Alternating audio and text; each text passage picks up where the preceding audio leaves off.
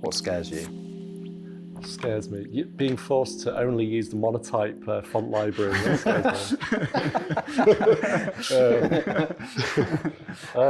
I don't know. Like, I do worry a lot thinking about it, about like fees. Because Like, some designers like those constraints, right? So some designers might like a certain, like a very limited amount of typefaces to kind of work with. Yeah, no, and I'm all for limitations. You know, I do feel like something very interesting happens when you box yourself in, because you've got something to kick against. You know, and something very different happens to your creative brain. Then I think.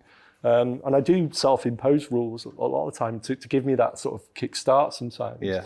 When everything's too sort of like shapeless and hard to pin down, I think it's good to kind of do that. But with type, I think I'd sort of disagree with that a bit, because I had a really shitty teacher early on in my education who was drilling that point home that if you use more than 3 typefaces, you're a bad designer. Not only a bad designer, but a bad person.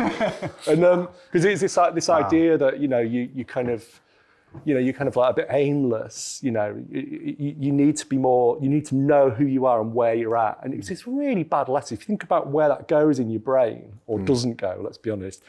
It's not a freeing way of teaching people. And it also gives you this impression that there are rules and there are rights and there are wrongs, so you don't even go near making mistakes. So that's why I think with type, it's like the more the merrier sort of thing. I feel like every typeface is useful for something. Comic Sans gets a load of shit. It's a masterpiece. It's just what you use it for. There'll be a right context for it somewhere. Yeah, and it's. I just think that's how you teach. You don't do what happened to me. I'm an embodiment of that kind of terrible education.